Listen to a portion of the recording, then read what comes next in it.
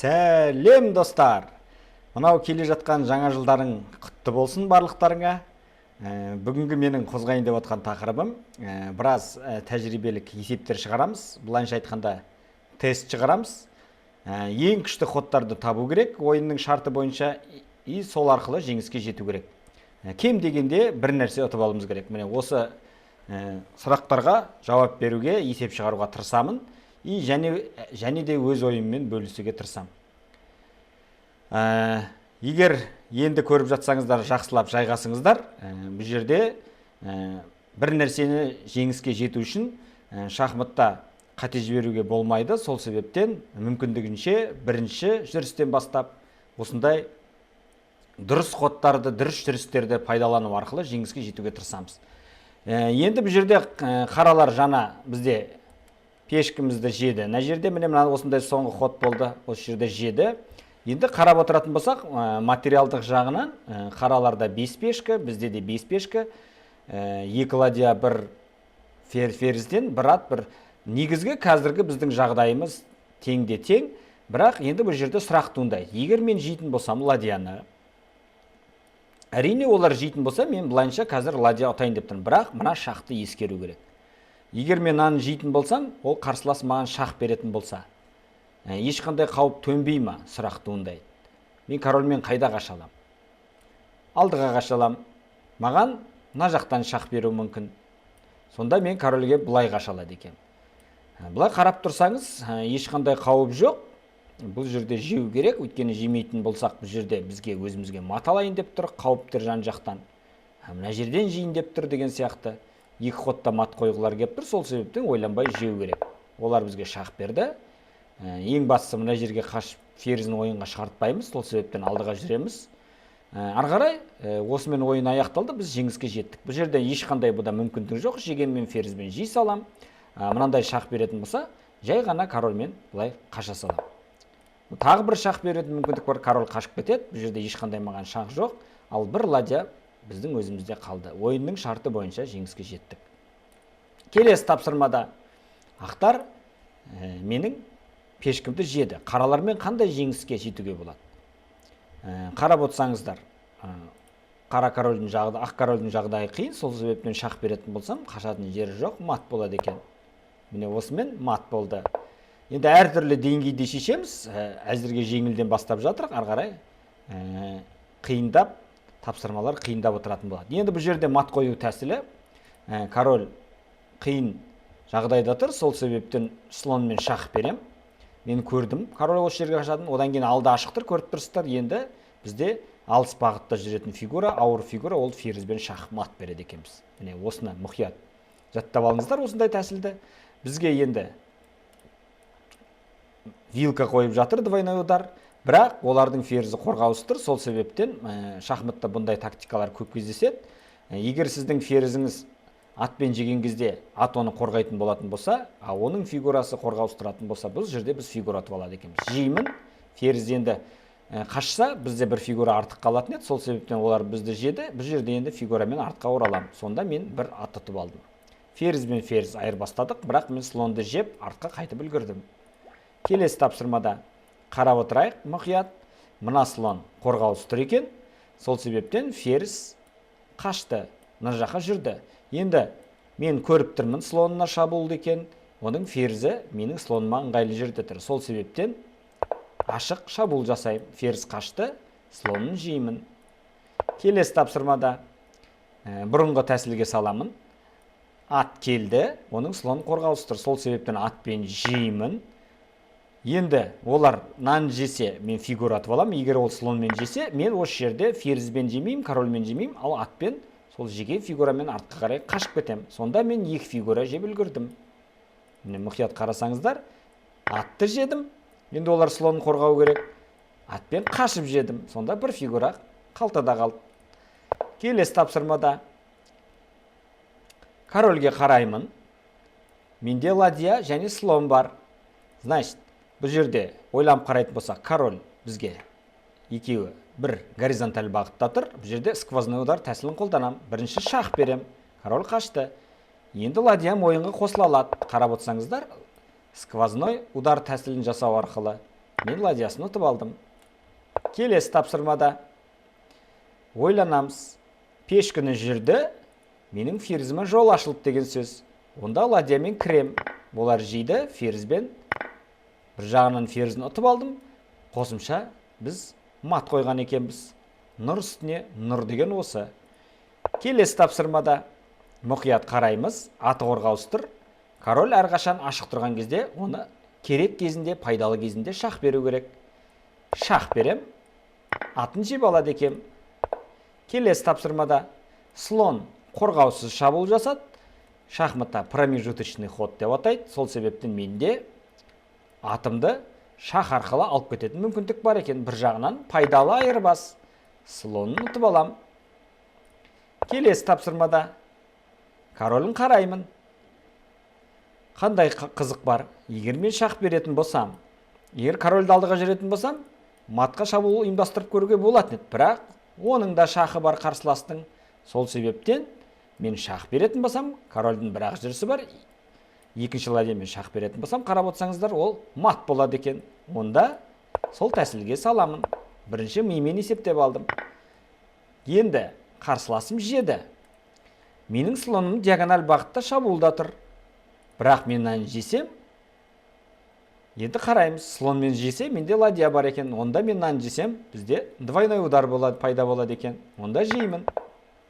Олда ладьяны беру керек, немесе слонды беру керек. Компьютер ладьяны беруге шешім бел буды. Онда мен фигураны ұтып алам.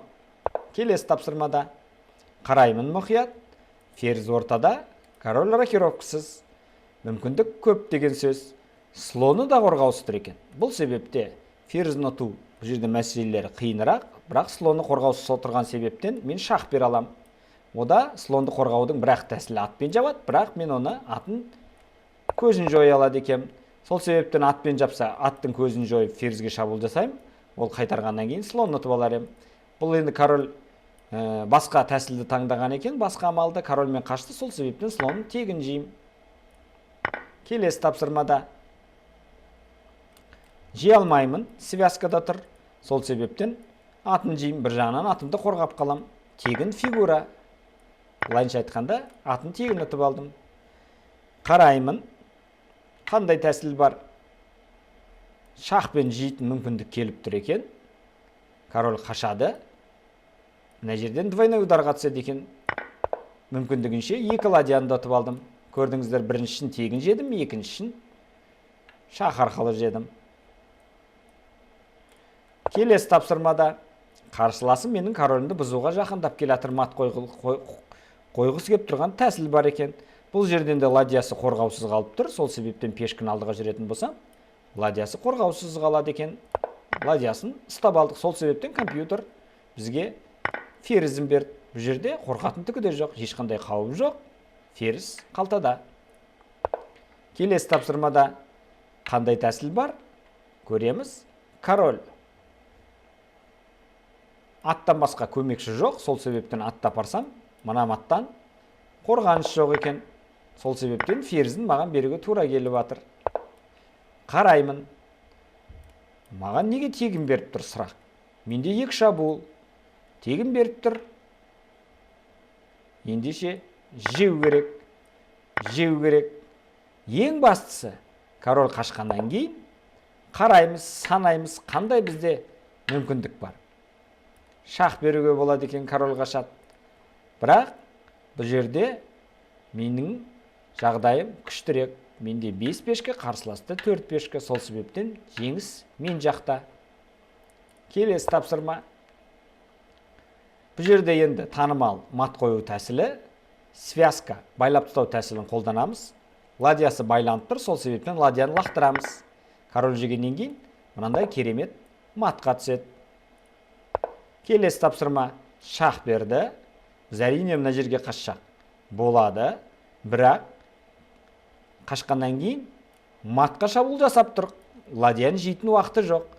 Ферзбен қорғайтын мүмкіндігі бар екен, бірақ сол себептен мен бұлай қашқаннан гөрі бұлай қашқан барлығы тиімдірек. Егер ферзбен қорғаса, не істейміз сұрақ? Онда шабуылымызды жалғастырады екенбіз. Дұрыс. Корольді алдыға жүреміз. түсінбедім. Корольді былай жүреміз дейді. Мына жерде енді дұрыс құрылмаса керек задача. Бәрібір бұл жерден жеңіске жеттік ферзбен. Менің негізгі тәсілім мынандай болған. Бұл жерде дұрыс жасап отыр. Мына жерге не айырмашылығы бар деген сұраққа жауап бергім келген, бұл жерде көрсетейін дегенмін. Мына жерге барсақ, менің ойым негізі мынандай болған. Ферзь қашқаннан кейін енді маттан қорғану керек. Бір жағынан ферзьді аман алып. Мен мынандай шабуылды көргенмін, ферзьні құтқаратын жер жоқ, сондықтан оларда шақ бар екен. Сол себептен осындай шаққа түспеу үшін осы тәсілге мына жаққа король жүрген дұрыс екен. Олар берді. Егер былай қашса, сол бұрынғы тәсілге саламын. Ферзьді қашатын жері жоқ. Қай жерге қашса да мат алады немесе ферзьнен айырылады. Келесі тапсырмада қараймын. Ладья ферзін қорғап тұр. Назарын аудару тәсілін қолданамын. Ладьяны лақтырам. Өйткені жемесе линейный мат, түзу сызықтар арқылы мат қою тәсілі. Амал жоқ, жейді, бірақ ферзі қорғаусыз қалды. Келесі тапсырмада қараймын мұқият. Не істеуге болады? Көріп тұрсыздар, диагональ бағытта бірге тұр. Онда менің слоным шықса, әдемі сквозной удар тәсілін, сол себептен ферзін беруге тура келді. Келесі тапсырмада слоны ферзь қорғап тұр. Қорғаушысын құртам бірінші, одан кейін слонын тегін алып алам. Айырбас мен үшін тиімді болды. Келесі тапсырмада мұқият қараймын. Қандай менде амалдар бар? Менің ладьяма шабуыл жасады, бірақ мен шах арқылы жеп үлгереді екен. Бір жағынан келесінен жеген кезде менің ладьям қорғалады екен. Сол себептен жеймін. Енді жесе слон қорғап үлгерді. Олар әрине былай жейді. Енді менде бұл жерде качество артық. Ладья слонын күштірек, сол себептен менің позициям бұл жерде жақсы. Келесі тапсырмада қараймын, қандай тәсіл амалдар бар. Ойлану керек. Егер атын қуатын болса, менің слоным жейін деп тұр. Бұл жерде не істеуге болады? Қараймыз. Егер мен ферзіне шабуыл жасасам, слонмен ферздің қашатын жері жоқ екен. Мен атты қорғайтын уақытым жоқ. Сол себептен контра шабуыл жасайым. Амал жоқ, ферзім берді. Келесі тапсырмада менің ферзімен шабуыл жасады, бірақ корольді артындағы нүктені тастап кетті. Слон мен ферзь келіп тұр. Сол себептен ферзьмен кірсем мат болады екен. Келесі тапсырмада корольдің алдын қиып тұр. Ферзьмен кіретін болсам шах арқылы ладьямен жабуға тура келеді. Ладьясын жейіп мат болады. Король ортада болған кезде әрқашан қауіпте болады. Шах, жеймін, мат. Келесі тапсырмада мұқият қараймыз. Бұл жерде қандай комбинация болуы мүмкін? Егер мен жейтін болсам, ферзім жек кетеді екен. Егер мен ладьясын тегін беріп тұр екен, жеу керек бұл жерде, басқа амал жоқ. Ол мені жесе, мен оны жейм. Позициям менің мықтырақ, пешкім көп, атым жақсы жерде орналасқан. Сол себептен жеуге тура келеді. Менің позициям жақсы. 6 пешкі, 5 пешкіге қарсы. Ат слонға қарағанда әлде қайда күшті. Слон өзінің пешкілерімен жабық тұр, жағдайы қиын. Келесі жүрістер ладья ашық линияға кіріп, атымды жақсылап қорғап тастайым. Сол себептен арғарай жеңіске жету жеңілірек. Келесі тапсырмада ферзь кетті. Мына жердегі пешкіні тастап кетті, қарап отсаңыздар. Ферзьбен кірем, жалғыз өзі мат қояды. Өйткені 8-ші жол ешкімнің қорғауынсыз бос қалды. Келесі тапсырмада қараймын, қандай тәсіл бар? Атпен кеп тұрмын. Вилкаға маған ешқандай шақ жоқ, сол себептен контрашанс жеймін. Мен жесе, атпен пешкін жеп қашам, сол себептен олар жейді. Арғары шақ берем, бұлай қашады. Мынандай әдемі матқа шабуыл жасайым. Ферзьбен қорғауға болмайды. Мына жерде мынандай керемет мат болады. Ферзін беруге тура келеді. Ал егер қорғанатын тәсіл жоқ, жейтін болса, онда мынандай әдемі открытый шақтар кетеді. Енді бұл жерде көрсете салайын, соңына дейін қалай жеңіске тез жетуге болады. Король қашатын жері мына жақ болып тұрғаннан кейін бірінші шақ берем, ферзьмен жабады. Осы жерде назарын аудару тәсілін қолданам. Ферзьні ұтып алам. Міне өте танымал комбинация. Бұны жаттап алғандарыңыз дұрыс. Қараймын, қандай тәсіл бар? Егер мен мынаны жейтін болсам, мына слон жейтін болсам, слон қашып кетеді. мен тек фигурамды қайтарам. Ал егер мен мынаны жейтін болсам, онда қарап отырсаңыздар, екі фигурасы да шабуылда қалып қояды. Мен ары қарай тағы бір фигура атады екенмін. Жеймін. Маған беруге тура келіп жатыр. Жеймін. Қарап отырсаңыздар, екі фигура атып алдым. Санайтын болсақ, менде 3 фигура жеңіл, қарсыласта 2. Менің жағдайым жақсы. Бұл жерде енді бір жағынан атты алып қашу керек. Мынаны жейтін болса, өздеріңіз білесіздер, король ашық тұрған кезде двойной удар жасау тәсілі. Бір жағынан пешке, тройной удар десек те болады. 3 соққы, қос соққы арқылы атын қалай да атып алады екенмін. Осы соңғы тапсырманы шешейік. Король жалғыз қалды, диагональ бағыт ашық, әрине слонды қосамыз. Ферзін беруге тура келді. Басқаша қарап отырсаңыздар, қорғаныс жоқ. Бәрінде маталады. Ферзін берді, әрине оны жейміз. Міне, достар, осы сабақ сендерге ұнаса, міндетті түрде лайктарды аямай басыңыздар. Алдағы уақытта өте керемет қызықты сабақтарға тақырыптарды жазатын болам. Ең бастысы бізбен бірге болып, ең қызықты, ең мықты комбинацияларды жаттап, үлкен додаларға қатысып, жақсы нәтижеге жеткізуге сіздерге әрқашан жолдарыңыз ашық болсын. Келесі сабақта кездескенше лайк басып, пікірлеріңізді жазып, бізбен бірге болуды ұмытпаңыздар. Сау саламатта болайық.